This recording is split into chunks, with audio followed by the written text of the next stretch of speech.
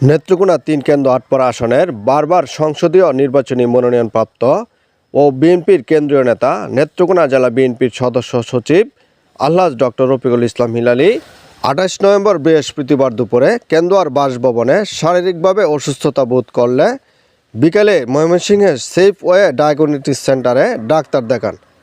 ডাক্তারের রিপোর্টে তিনি ডেঙ্গু আক্রান্ত হয়েছেন বলে জানান চিকিৎসক। রিপোর্ট হাতে পেয়ে রাতেই উন্নত চিকিৎসার জন্য ঢাকায় রওনা হন। তার এই অসুস্থতায় দেশবাসী তথা নেত্রকোনা জেলাসহ বিশেষ করে কেন্দ্র আটপাড়া সর্বস্তরের নেতাকর্মী ও শুভাকাঙ্ক্ষীদের কাছে দোয়া চেয়েছেন।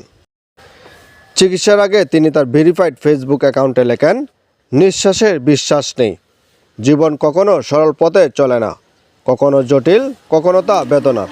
ডেঙ্গু আক্রান্ত হয়ে হাসপাতালের পথে কথা বলতেই ভীষণ কষ্ট। আপনাদের দোয়া আমার প্রাণশক্তি। হে আল্লাহ, আমাকে সুস্থতা দাও। কেন্দ্র এই নেতার সুস্থতায় ফেসবুকে দোয়া চেয়েছেন কেন্দ্র উপজেলা বিএনপি সাধারণ সম্পাদক মোহাম্মদ মুজিবুর রহমান মজনু, খোকন ডিলার, মোয়াজ্জেম হোসেন খান, নাসির খন্দকার, তুফাইল আহমেদ, সাইফুল আলম, আমিনুল ইসলাম জেনিস, তৌফিকুল হক ভুইয়া, নূর আলম জেসি, আবুল হাসান, জুবাইর ইমন সহ প্রমুখ।